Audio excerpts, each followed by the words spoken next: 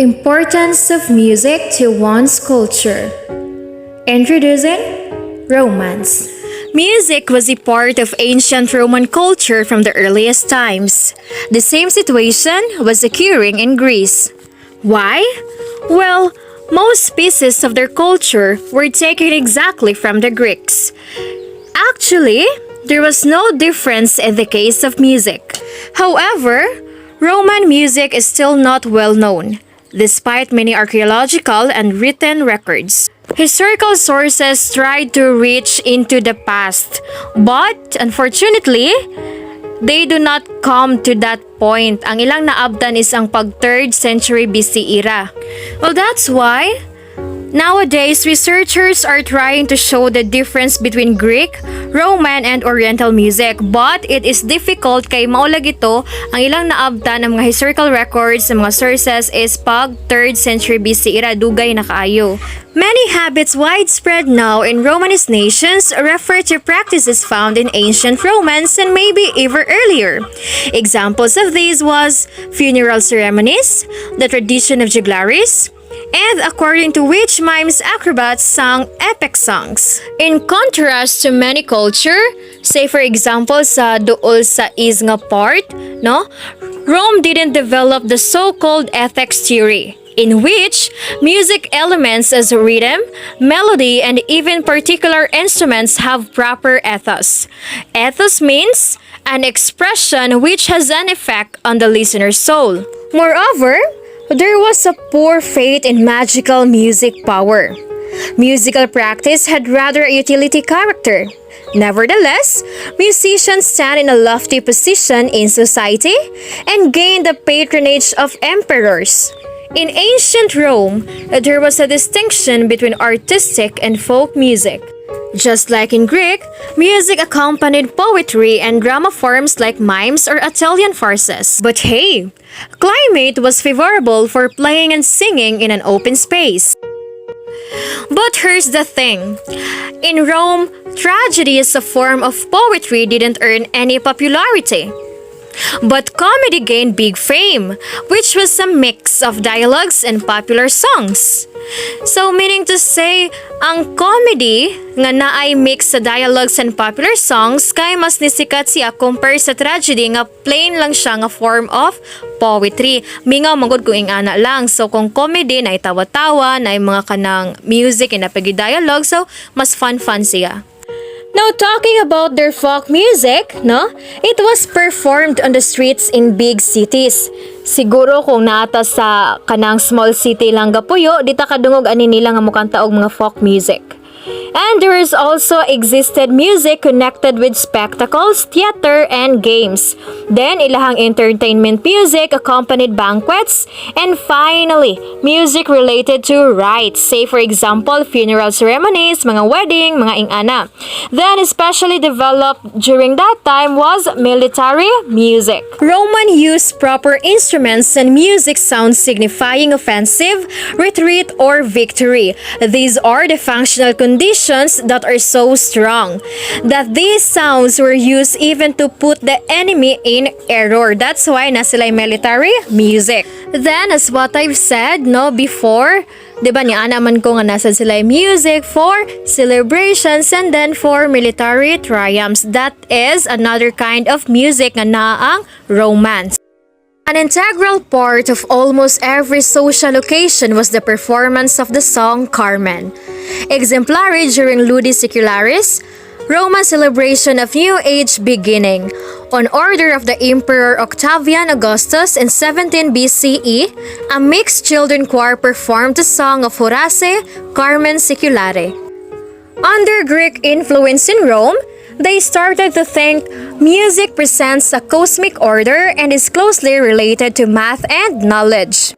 Then also, music appeared during spectacles called pantomimus, which were an early form of ballet history consisting of vivid dance, playing instruments, and singing libretto.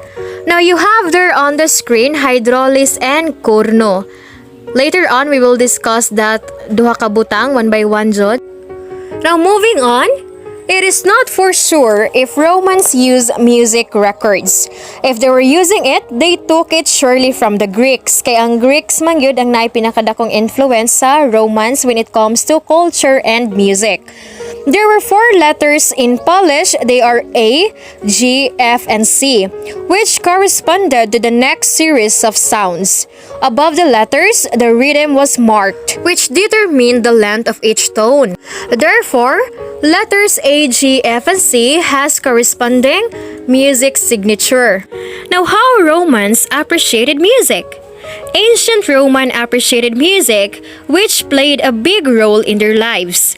Music was practiced and developed because, according to their feelings, it was a form of education.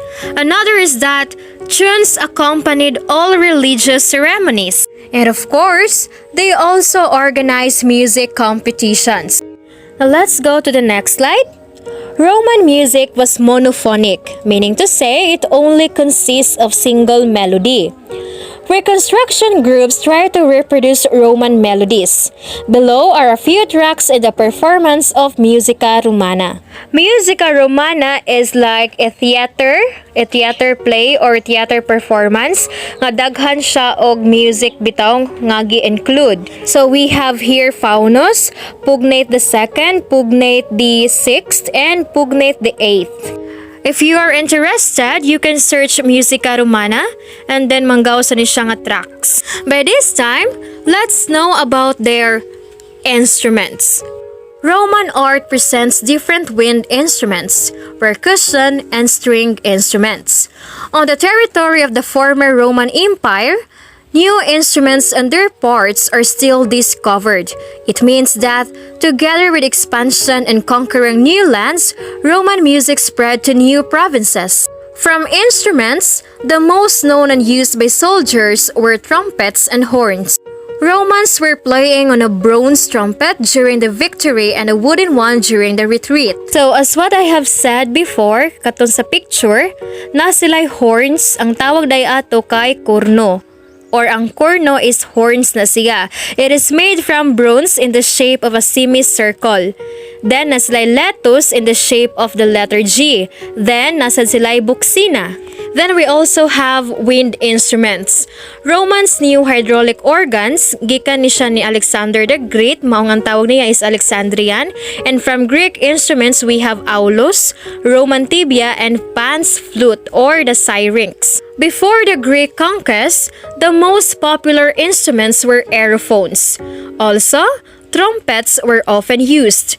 In the beginning, they were not developed. After conquering Greece, especially instruments like a lyre or already mentioned aulos became popular in Rome. So before, then pag beginning, then pag after, there is transition. But ang Greeks gyud may naipinakadako nga influence sa Romans. And then, music emphasized fame and wealth.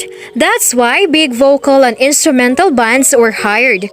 Then the division between creators and listeners appeared. Take note, previously, music was co-created. Idiophones existed in a few forms only. The most popular was kabelium, or the knocker. String instruments like kitharas and harps had a foreign origin. Therefore, ang music or ang mga instruments sa Rome came from another country. Na-influensyahan ra gid sila. Okay, so on the screen we have actors with masks around man who plays on aulos. So, muna siya ang aulos. Then we also have another instrument. This is what we call tuba. Tuba was long, straight, a trumpet made from bronze which had a removable conical mouthpiece. Surviving examples are approximately 1 to 3 meters long. In the army, this instrument was used to play curfews. Tuba was also used during theater performances and games called ludi. So mao ni siya ang nasa picture, but then recent na ni siya nga tuba. Then of course we have corno. or ang horn ang ganihara nato gibalik-balik, diba? So it was a long metal tubular wind instrument which wrapped around the musician's body and formed a letter G. So it had conical mouthpiece and hole. Okay, so let me show you a picture. Okay, this one mo ni siya ang kurno. It is difficult to distinguish kurno from buksina kay pariha-pariha na sila. Okay, and then kurno was used to military signaling and during parades. While in the army, person played on kurno was called kornisen. Okay, take note, kornisen, who converted oral commands into sound. This instrument was also used during games and performances. So, just like tuba, it is also used po sa mga performances. Another one kay tibia or ang Greek aulos. It was a kind of flute with two pipes. So as you notice, no, ang ilang mga instruments kay from Greek yun, from Greeks nga influence. So now this is the tibia. Then up next kay ang ilahang gitawag og askaules or ang bagpipes. Mo ni siya. And then we also have flutes and pans flutes. Alright, then we have here, no, wind instruments being described by Vegetaeus on how wind instruments work in the army sa ilahang field. Alright, so I would like to share this one, and this is again described by Vegetaeus. The music of the legion consists of trumpets, cornets, and buccinae. The trumpet sounds the charge and the retreat. The cornets are used only to regulate the motions of the colors. The trumpets serve when the soldiers are ordered out to any work without the colors. But in time of action, the trumpets and cornets sound together. The classicum, which is a particular sound of the buccina or horn, is appropriated to the commander-in-chief and is used in the presence of the general, or at the execution of a soldier, as a mark of its being done by his authority. The ordinary guards and outposts are always mounted and relieved by the sound of trumpet, which also directs the motions of the soldiers on working parties and on field days. The cornets sound whenever the colors are to be struck or planted.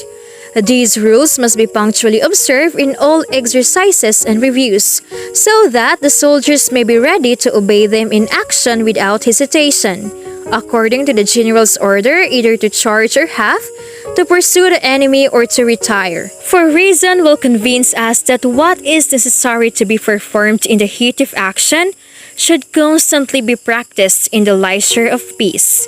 Vegetaeus, Epitoma Rei Militaris.